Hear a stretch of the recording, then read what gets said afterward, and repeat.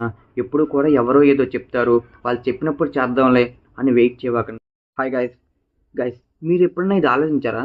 మీరు కాలేజీలో కానీ, స్కూల్‌లో కానీ మీరు ఎక్కడ చూసినా సరే కొంతమందుంటారు.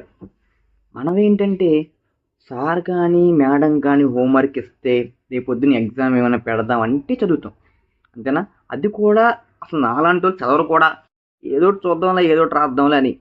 కానీ టాపర్స్ ఎప్పుడు ఎగ్జామ్ ఉందా? సార్ హోంవర్క్ ఇచ్చారు అంటే వేరే వోళ్ళు నాకు పని చెప్తున్నారా లేదని చూడకోకుండా ఓకే. నేను చదవాలి, మంచి మార్కులు తెచ్చుకోవాలి అని వాళ్ళు ఎలా అయితే వాళ్ళు పుష్ చేసుకొని వాళ్ళు డైలీ ఎలా చదువుతారు చూడండి.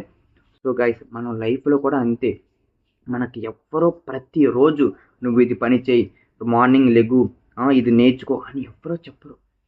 నువ్వు కాలేజీలో, స్కూల్లో ఎలాగైతే మీ టాపర్స్ ఎవ్వరు ఒక పని చెప్పకుండా వాళ్ళ పని వాళ్ళు చేసుకుంటారో, మీరు కూడా లైఫ్‌లో మీకెవ్వరు పని చెప్తారని వెయిట్ చేయకూడదు.